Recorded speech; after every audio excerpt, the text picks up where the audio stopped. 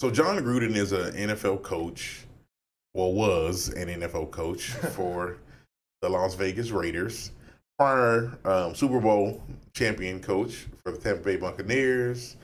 And I think this is his second run with the Raiders. But nevertheless, he stepped down as the coach of the Raiders after some emails came up about that had some homophobic and misogynistic language in it. Now, backstory. He made a comment about DeMaurice Smith, who's a color commentator, analyst, or whatever, on one of the shows, and said that the guy, it's spelled like DeMaurice, yeah, that the guy's lips were as big as Michelin tires. Oh my okay, God. He said that, and that was pretty that was pretty bad. I would say that was not a good look for him. Made that comment or put it out there, and people were kind of defending him. That he's not racist, but just saying how big black lips his were, and blah blah blah, so on and so forth. It was unfortunate, but it seems like people were coming to his defense to say, hey, he's not racist. Derek Carr, who's the quarterback, was saying, hey, he's not racist. Blah, blah, blah, such, whatever the case is in this email. Fast forward to a gentleman who was in the high office with the Washington Redskins, now the Washington football team. At the time, they were investigating him. I think the guy's last name is Allen. Allen.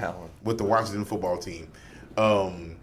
He was actually being investigated for some goings on or something that either he wasn't supposed to do. And they were going through that guy's emails. And in going through his emails, they found some conversation between him and John Gruden that contained homophobic language. He was calling Roger Goodell, who was an NFL commissioner, a maggot, but with an F, of course. He called him tonight the that NFL in there. He was making other little comments about the women referees being in the NFL. Different little things that he made. Now, mind you, this was about 8-10 years ago, these emails. Yeah. Long time. Long time. And not that I'm saying that what he said was right, but when is it safe? When is the window safe enough for you not to be held? Now, when he was making the racist comments, people were still kind of in defense of him. But when it came out that he made the homophobic comments, it was a wrap for this dude. He was done. And those comments, those emails were from 8-10 years ago. And again, not defending him, not saying it was right. But it just seems that, man, how long, when is the locker room talk safe? Well, I'll say, I think it goes down to the types of people, you're dealing with, right? So, when you're being racist, these people have dealt with racism for the past 400 years because they're people color. It's, embedded into the system. Right. With homophobia, it's always been here, but it hasn't at the same time. It's been undercover. Yeah, in the last 5 or 10 years, it's been going crazy. And the people who are of the LGBTQ sector, they're all young for the most part. Mm-hmm. And they're just always on social media. They're always linking with each other. So it makes sense how this caught fire more quickly. It definitely caught fire, bro, because it's dang, y'all was cool when he talked about my man lips, but when he said something about old Roger, I mean, he out of there. Yeah. I mean, come on, man. I don't know, man. It's unfortunately a fall from grace for old John, but the crazy thing is that they weren't even investigating him. He was not the person that they were looking for. I was trying to find this guy's name. So when they did the investigation and they Bruce found Allen, that's the guy's name. He was the team's president. And so when they did the investigation, how was the emails ever leaked? Well, I guess they were going back in the server for this Bruce Allen guy.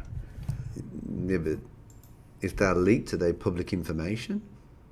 Apparently, if he was already under investigation. I'm not saying it was right or wrong to say that. I mean, times change, and I don't know, man. I mean, if I have a conversation with you that I think is safe, because I think it was his personal email that he emailed, because he wasn't even a coach at that time.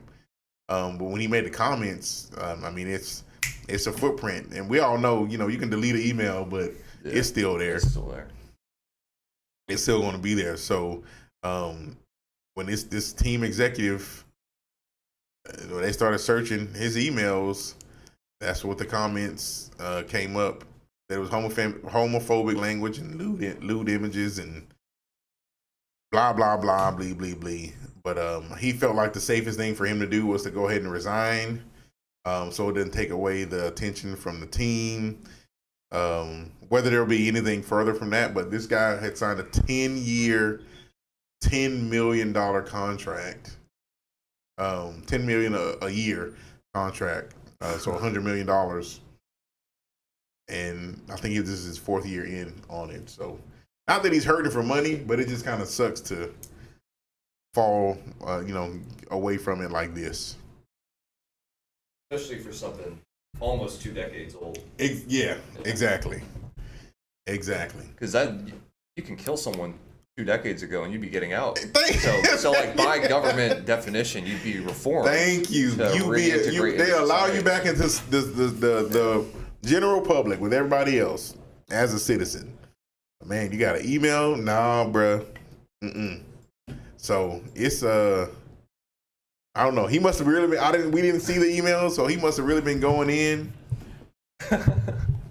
But yeah, they didn't like what he had to say. So yeah.